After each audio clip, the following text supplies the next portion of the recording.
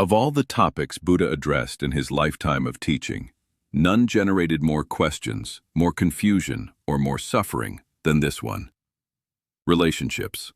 Not just romantic ones, every relationship. With partners, with parents, with friends, with children, with colleagues, with strangers. And the teaching he gave on relationships was so counterintuitive, so completely opposite to what most people believe, that even today, 2,500 years later, most people have never truly heard it. In the next 7 minutes, I want to share it with you completely, because it will change how you see every relationship in your life. The foundation of Buddha's teaching on relationships begins with one statement that most people spend their entire lives believing the opposite of. He said, "You cannot truly love another person until you truly love yourself." And before you dismiss this as a cliché, understand what he actually meant. He was not talking about self-confidence. He was not talking about self-esteem in the way modern psychology uses the term. He was talking about something deeper, the capacity to be genuinely present with yourself, to know yourself honestly, to sit with your own pain without fleeing, to meet your own needs without requiring someone else to meet them all. Most people enter relationships from a place of incompleteness, seeking in another person what they have not yet found in themselves. Seeking validation, seeking completion, seeking rescue from the loneliness or the emptiness or the anxiety that they carry, and relationships that begin from that place, relationships built on need rather than choice, almost always produce the same outcomes. Dependency, resentment, the slow suffocation of two people who confused needing each other for loving each other. Real love, the kind Buddha described, is only possible between two people who are genuinely whole on their own. Not perfect, not without needs, but fundamentally okay, fundamentally at home in themselves. People who are together not because they need to be, but because they actively, deliberately choose to be, every single day. That quality of choice, love as a daily decision rather than a feeling that either exists or does not, is the foundation of every truly extraordinary relationship. The second teaching is about what Buddha called right speech in relationships. He identified 4 qualities that every word spoken in a relationship should ideally possess. It should be true, it should be kind, it should be timely, meaning said when the other person is actually capable of receiving it. And it should be beneficial, meaning it serves genuine understanding rather than just emotional release. Most relationship damage, the damage that accumulates over years into walls that cannot be dismantled, is caused not by dramatic betrayals, but by the daily accumulation of communication that fails one or more of these 4 tests. Words spoken in anger that were true, but not kind.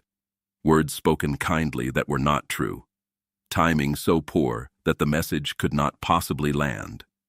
Communication designed to wound rather than connect. Apply Buddha's 4 tests to everything you are about to say in a relationship, and watch the entire quality of your connections begin to transform. The third teaching is about attachment versus love. This is the one most people confuse most profoundly. Buddha was clear. Genuine love is not possessive. It does not demand. It does not cling. It does not require the other person to be different from who they actually are. It does not try to control outcomes or guarantee permanence. Love, real love, wants what is genuinely best for the other person, even when what is best for them is difficult for you, even when what is best for them does not include you in the way you hoped. The love that says, "I love you, therefore you must stay," is not love. It is attachment. And attachment, however understandable, however human, is the source of some of the most profound suffering in every relationship. The practice of loving without possessing is the most difficult practice in human life, and the most rewarding.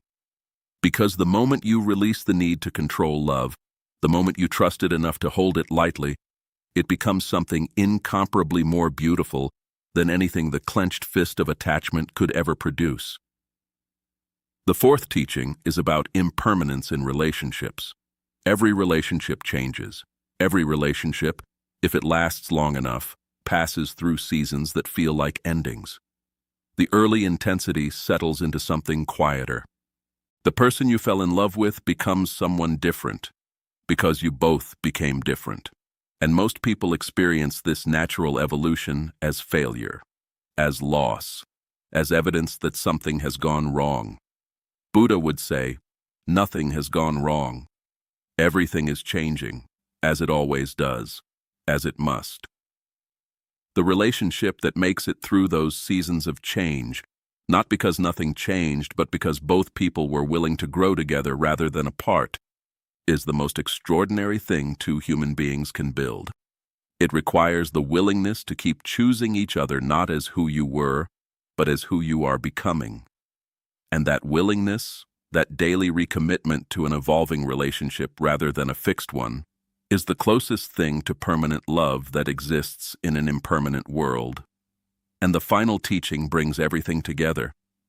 Buddha said, in the end, the quality of your life will be determined largely by the quality of your relationships.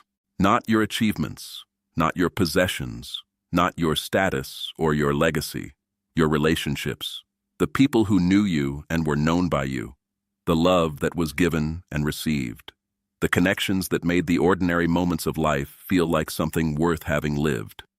Invest in those connections, protect them, prioritize them over the things that seem more urgent but are actually less important. Have the honest conversations. Show up for the people who show up for you.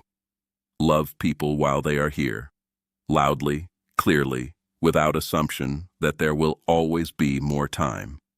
And bring yourself, your real, complete, imperfect self, to every relationship you choose to be in. Because that is the only version of you that anyone can actually love. And it is more than enough. Save this and share it with someone in a relationship that deserves more than it is currently receiving. Subscribe to Tathagata Wisdom, because every single day we show up with the wisdom that helps you love better, connect more deeply, and build the relationships that make this life genuinely worth living.